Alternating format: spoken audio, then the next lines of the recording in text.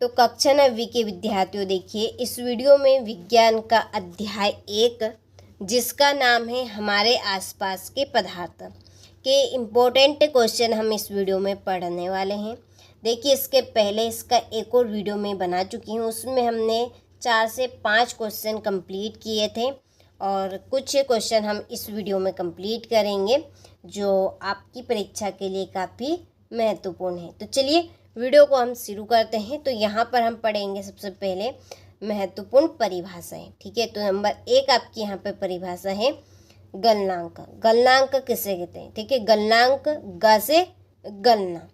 ठीक है, तो ऐसा तापमान कि जिस पर कोई ठोस पिघलकर द्रव बन जाता है उसे उस ठोस का हम क्या कहेंगे? गलनांक कहेंगे। ठीक है, तो गलनांक किसे कहेंगे? तो ऐसा टेम्परेचर जिस पर कोई ठोस वस्तु पिघलना यानी कि गलना शुरू कर देती है उसे हम उस ठोस का गलनांक कहेंगे।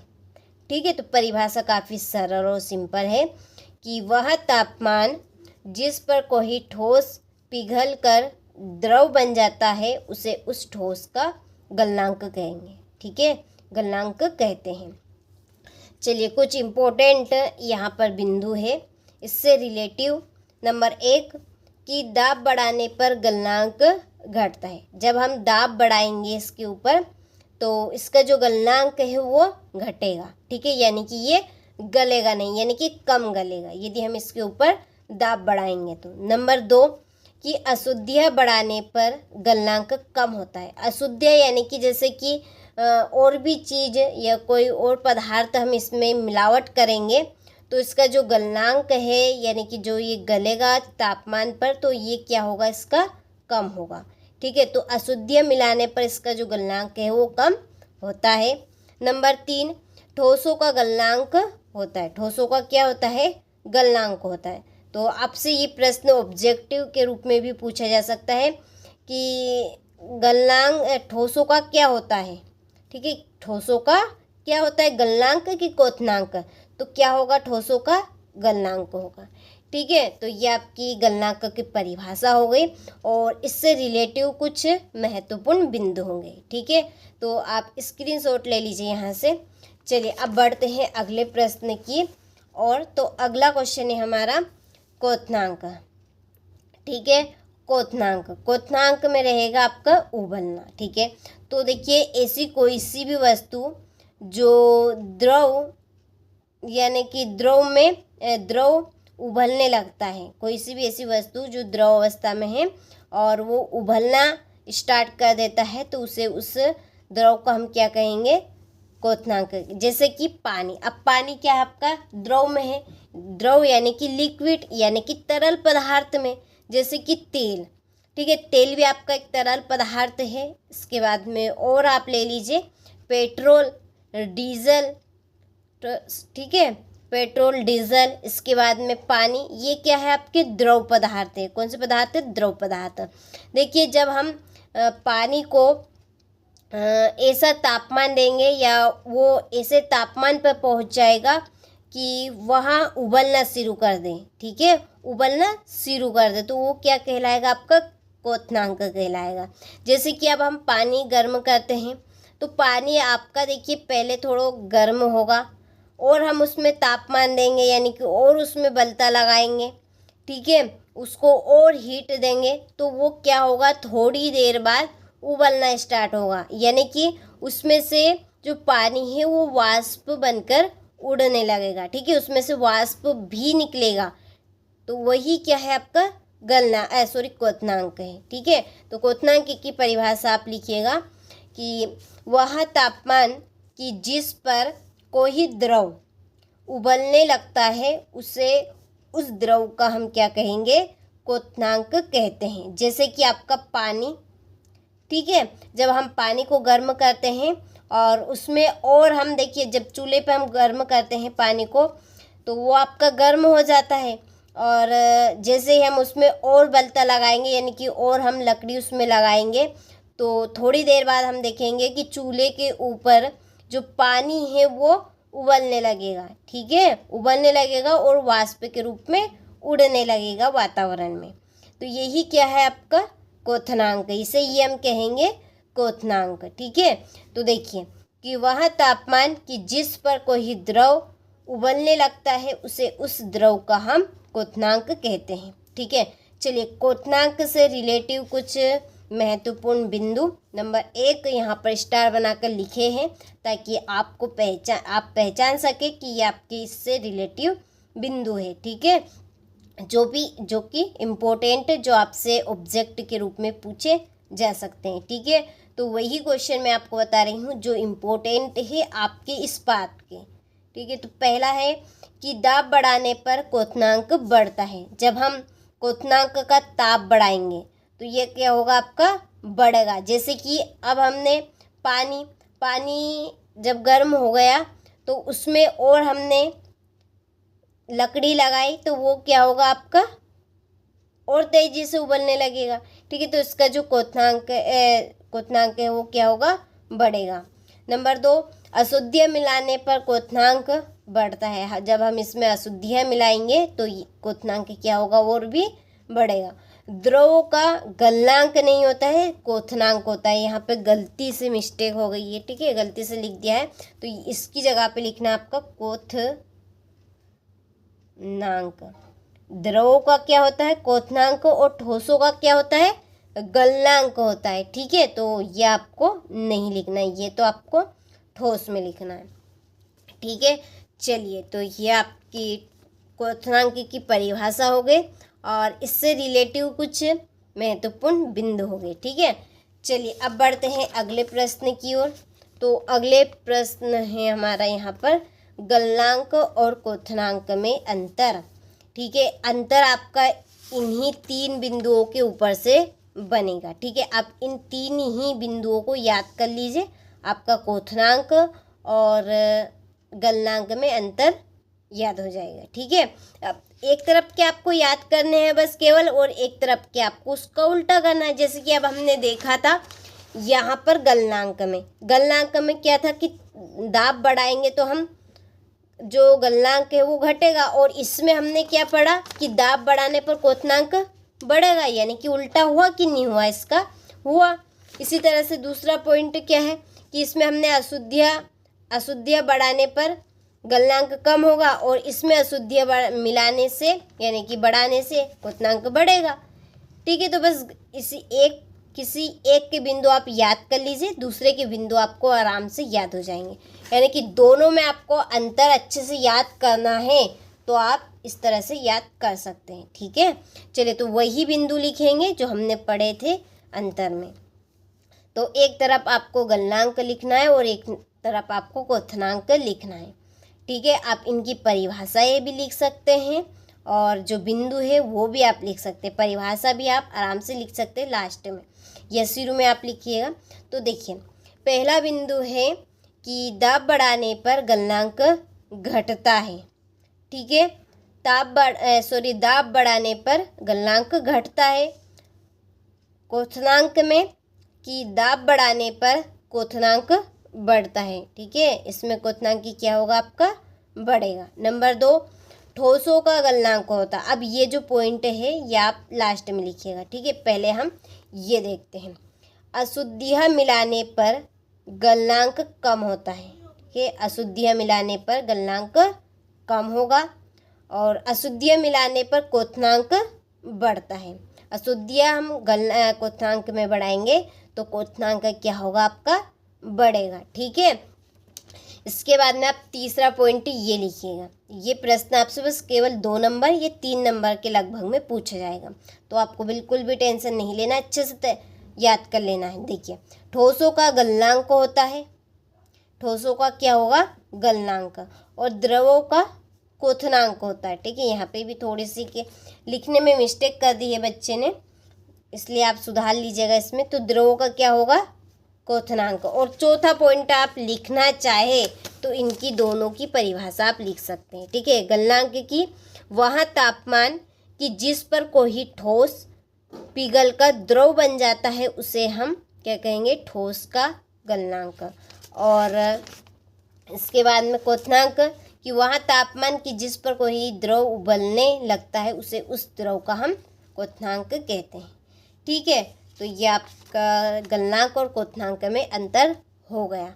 स्क्रीनशॉट आप ले लीजिए और एक तरफ के बिंदु आप याद कीजिएगा, दूसरी तरफ के आप ऑटोमेटिक ही लिख सकते हैं। ठीक है, यानी कि उल्टा करना है बस केवल आपको। चलिए अगला प्रश्न है, देखिए कुछ महत्वपूर्ण बिंदु है यहाँ पर, पहले तो हम इनको पढ़ लेते हैं। किसी ठोस का गलनांक, ठीक है, किसी भी ठोस वस्तु का गलनांक, जैसे बर्फ, ठीक है, बर्फ भी आपका क्या है, ठोस गलनांक है। तो उसके कणों के बीच के आकर्षण बल के सामर्थ्य को दर्शाता है।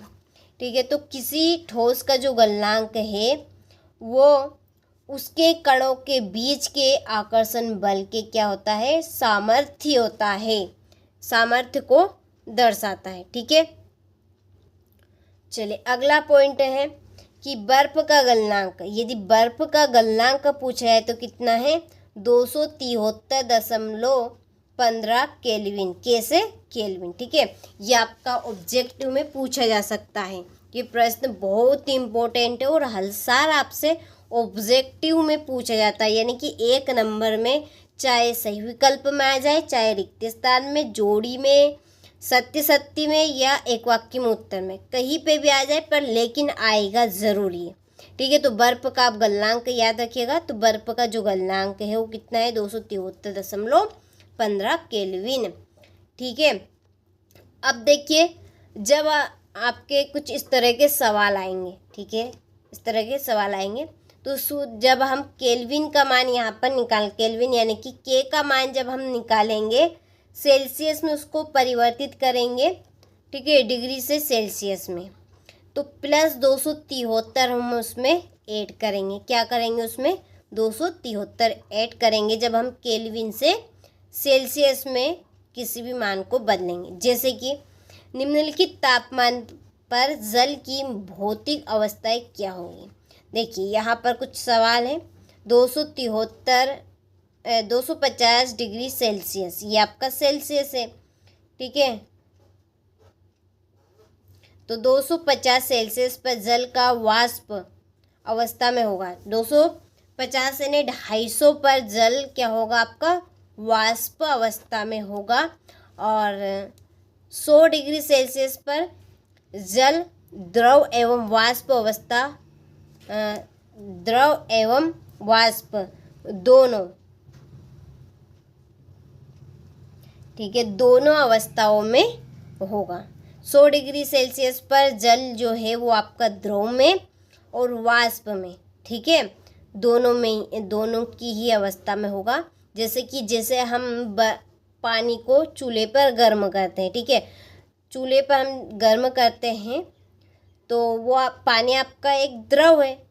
ठीक है, जब हम उसमें और लकड़ी लगाएंगे चूल्हे में तो आपका जो जल है वो उबलने लगेगा तो उसमें से वाष्प निकलेगी। क्या निकलेगी, वाष्प, यानी कि धुएं टाइप। आपने देखा होगा घर में धुएं टाइप फिर उसमें से निकले, तो वही क्या है आपका वाष्प है, जो कि वातावरण में फैल जाता है। ठीक है, तो 100 डिग्री सेल्सियस पर जल द्रव और वाष्प दोनों अवस्था में होता है। ठीक है, चलिए, तो ये थी कुछ इम्पोर्टेंट बातें। अब हम कुछ सवाल यहाँ पर हल करेंगे। देखिए, निम्नलिखित तापमानों को सेल्सियस इकाई में परिवर्तित कीजिए। ठीक है, हमें सेल्सियस इकाई में परिवर्तित करना है। तो देखिए अभी हमने सूत्र पर पढ़ा था। देखिए केल्विन से जब हम केल्विन से हम जब सेल्सियस, यहाँ पर सेल्सियस से केल्विन लिख दिया है गलती से, कैल्शियम, तो इसमें हम क्या करेंगे, प्लस 73 ऐड करेंगे। ठीक है, तो ये हमारा सवाल है 300 केल्विन। ठीक है, 300 केल्विन। अब हम इसे केल्विन से किस में बदलेंगे, सेल्सियस में। तो क्या करेंगे इसमें हम, बताइए जल्दी से, प्लस 273 इसमें ऐड करेंगे। ठीक है, तो चलिए, जैसा हम जानते हैं कि 273 के इक्वल क्या होगा आपका, डिग्री से सेल्सियस तक। ठीक है, डिग्री से सेल्सियस में, तो हम डिग्री से जब सेल्सियस में बदलेंगे तो के को हम इधर ले आएंगे, तो आपका जो के है, K माइनस 273 बनेगा, यानी कि सेल्सियस तापमान पर तापमान। यहाँ पे हमें उल्टा करना है, तो K का मान क्या दिया है 300, और इसमें हमें माइनस ऐड करना है 273। क्या करेंगे, माइनस 273 हम इसमें ऐड करेंगे, तो इसका आंसर होगा 27 डिग्री सेल्सियस। क्या होगा, 27 डिग्री सेल्सियस। ठीक है, चलिए यहाँ पर बच्चे ने थोड़ी सी मिस्टेक कर दी है, यहाँ पर आपका माइनस रहेगा। ठीक है, ये क्या होगा आपका माइनस, प्लस नहीं होगा, माइनस होगा, गलती हो जाती है। ठीक है, तो ये इस तरह से होगा आपका। फिर अगला सवाल देखिए, 573 है, तो इसमें हम क्या करेंगे, माइनस 273 ऐड करेंगे। क्या करेंगे, माइनस 273। ये देखिए, ये आपका इस तरह से सवाल है। ये 573 केल्विन। अब केल्विन जो है, तो हम इस जब सेल्सियस में परिवर्तित करें तो 273 इसमें से घटाएंगे। तो देखिए 573 केल्विन की जगह हम क्या लिखेंगे, माइनस 273, तो आपको कंफ्यूज नहीं होना है। चलिए, तो 573 माइनस 273, तो कितना बचेगा 300 डिग्री सेल्सियस। तो इस तरह से आपको सवाल यहाँ पर हल करने हैं। चलिए अब अगले प्रश्न की ओर बढ़ते हैं। देखिए अगले प्रश्न में है, निम्नलिखित तापमानों को, अब यहाँ पर हमें सेल्सियस में दिया है, जिसको हमें केल्विन इकाई में परिवर्तित करना। अब हमें केल्विन इकाई में परिवर्तित करना, तो देखिए उसका उल्टा करना है। तो उल्टा हम क्या करेंगे, हम उसमें हमने माइनस किया था, इसमें हमें क्या करना है, प्लस ऐड करना है, प्लस 273। ठीक है, अब जब हम देखिए, जब हम केल्विन से, किससे, केल्विन से जब हम सेल्सियस में परिवर्तित करेंगे, सेल्सियस में, तो माइनस 73 करेंगे, और जब हम सेल्सियस से केल्विन में परिवर्तित करेंगे, किससे, सेल्सियस से केल्विन में, तो हम प्लस 73 करेंगे। ठीक है, तो देखिए सवाल क्या है हमारा, 25 डिग्री सेल्सियस। ठीक है, तो इस सेल्सियस की जगह पे हमें क्या करना है, प्लस 73। क्या करना है, प्लस 73, तो हम रखेंगे 25 प्लस 273। ठीक है, अब बस जोड़ लीजिए, 5 3 8, 7 2 9 और 2, ये आपका केल्विन में हो गया कन्वर्ट। ठीक है, तो यही इस तरह से सवाल किया है। यहाँ पे देख लीजिए आप, 25 प्लस 273 के, तो 298। दूसरा सवाल ये आपका 373 सेल्सियस। अब 373 है, 373 डिग्री सेल्सियस। इस सेल्सियस के प्लस 273 करने हमें, तो 373 प्लस 273, तो 3 और 3 6, 7 न 7 14, एक इसमें हम हासिल जोड़ ले, 3 और 3 कितने हो गए, 6 और केल्विन। ठीक है, ये आपका दूसरा सवाल हो गया। देखिए ये 600, 3 और 3 6 में 0 यहाँ पे कर दिया, 646 के। अब तीसरा सवाल क्या है हमारा, 100 डिग्री सेल्सियस। तो 100 डिग्री सेल्सियस रख दीजिए मान 100 प्लस सेल्सियस की जगह 273 प्लस 273 करना है, तो ये आपका होगा 373। क्या बनेगा, 373 केल्विन। ये ठीक है, एक होगा आपको सन में यहाँ पे। चलिए, तो ये आपको इस तरह से सवाल यहाँ पे करने हैं, तो आप स्क्रीनशॉट ले लीजिए अच्छे से।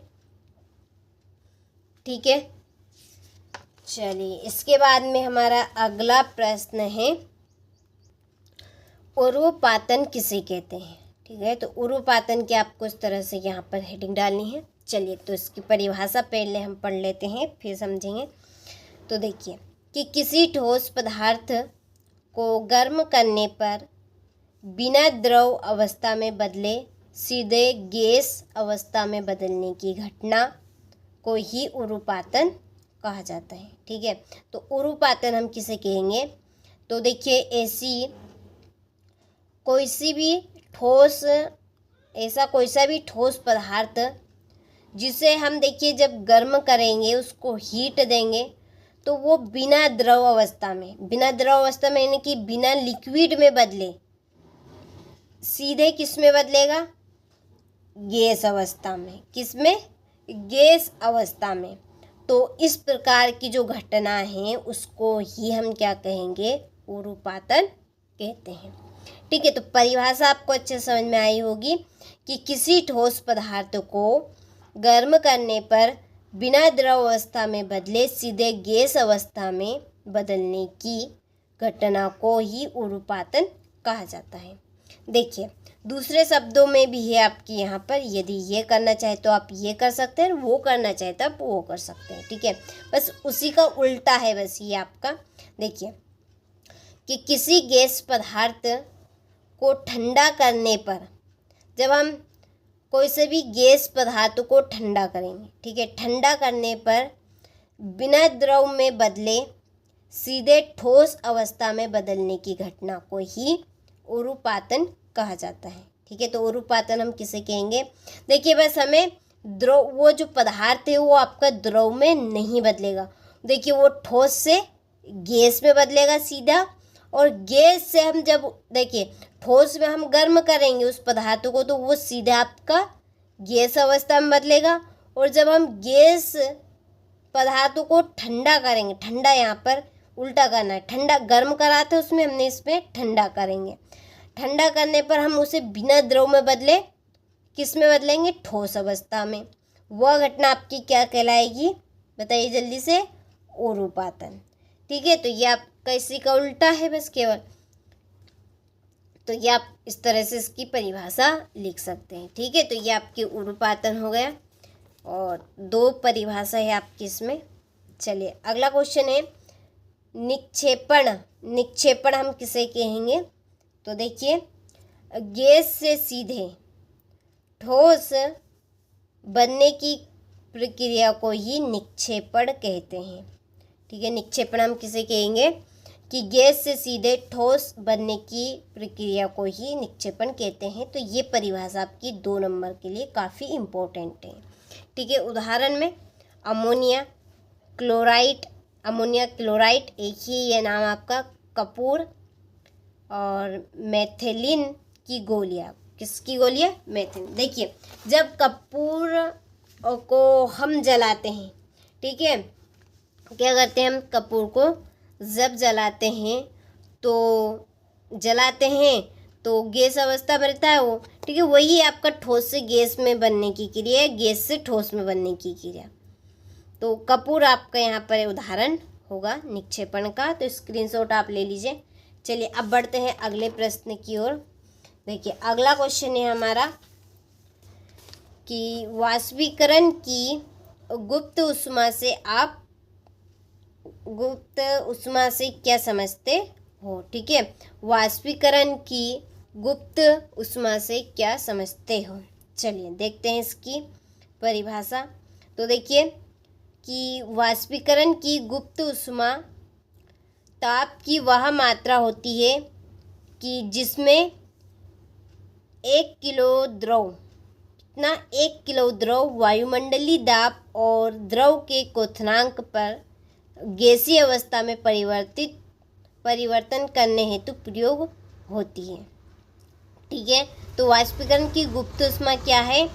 तो देखिए जो वाष्पीकरण की गुप्त उष्मा है वो ताप की वह मात्रा होती है, यानी कि तापमान की वह इकाई होती है कि जो 1 किलो द्रव को, ठीक है, 1 किलो द्रव वायुमंडलीय दाब, ठीक है, 1 किलो द्रव वायुमंडलीय दाब और द्रव के क्वथनांक पर, किसके? द्रव के क्वथनांक, क्योंकि क्वथनांकों का द्रव का क्या होता है? क्वथनांक होता है। तो द्रव के क्वथनांक पर गैसीय अवस्था में, किसमें? द्रव से गैसीय अवस्था में परिवर्तन करने हेतु प्रयोग की जाती है। तो उसे ही हम क्या कहते हैं? वाष्पीकरण की गुप्त ऊष्मा कहते हैं। यानी कि अंदर ही अंदर वो बल आपका लगता है जो हमें दिखाई नहीं देता है, ठीक है। वो द्रव से उसको सीधे किस में बदल देता है, गैसीय अवस्था में। तो वही आपकी क्या होगी, वाष्पीकरण की गुप्त ऊष्मा होगी, ठीक है। तो अच्छे से आपको समझ में आया होगा। चलिए अगला क्वेश्चन देखते हैं कि संलयन की प्रस्तुत ऊष्मा क्या है, ठीक है। संलयन की प्रस्तुत ऊष्मा क्या है, चलिए तो इस परिभाषा को हम देखते हैं और समझते हैं।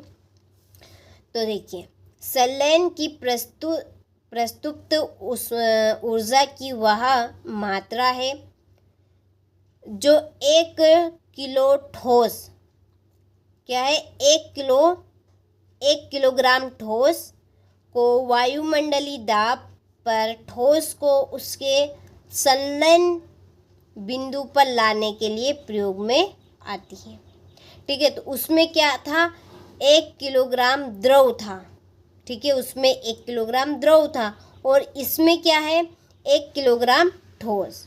तो हम 1 किलोग्राम ठोस को वायुमंडलीय दाब पर ठोस को उसके संलयन यानी कि मिलने वाले बिंदु पर लाने के लिए प्रयोग में लाते हैं, यानी कि मिलाने में इसका प्रयोग किया जाता है, ठीक है। जैसे कि पानी और दूध, ठीक है। दूध में हम पानी को डालेंगे तो इसके जो मिलाने के जो गुण हैं वो ही क्या है, आपकी संलयन की प्रस्तुत ऊष्मा है, ठीक है। चलिए तो यहाँ से आप स्क्रीनशॉट ले लीजिए। अगला क्वेश्चन एक और हम इसमें देख लेते हैं, वाष्पन यानी कि वाष्पीकरण किसे कहेंगे। तो देखिए, तो किसी द्रव का उसके क्वथनांक से नीचे तापमान पर स्वतः ही वाष्प में बदलने की घटना को ही वाष्पन कहते हैं, ठीक है। किसे कहेंगे हम वाष्पन, कि कोई सा भी द्रव पदार्थ है वो उसके क्वथनांक से नीचे तापमान पर ही स्वतः, यानी कि उसका जो क्वथनांक है उससे भी कम तापमान पर वाष्प में बदलने की जो घटना है वो आपकी कहलाएगी वाष्पन, ठीक है।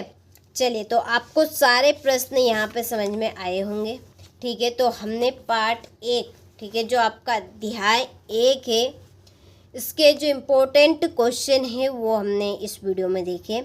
देखिए एक और वीडियो आपका इम्पोर्टेंट क्वेश्चन का और बनेगा, तो आप चैनल के ऊपर पहली बार हो तो चैनल को ज़रूर सब्सक्राइब कीजिएगा। ये क्वेश्चन आपकी परीक्षा में आपकी काफ़ी मदद करेंगे, ठीक है। तो आपने सारे प्रश्नों का अच्छे से स्क्रीनशॉट ले लिया होगा। तो यहाँ पर हमने 5 से 6 क्वेश्चन पढ़े हैं, ठीक है। यहाँ से कुछ पहले महत्वपूर्ण परिभाषाएं देखिए, तो आपने सारों के अच्छे से स्क्रीनशॉट ले लिए होंगे। चलिए तो अब आपसे मिलते हैं हम अगले वीडियो में।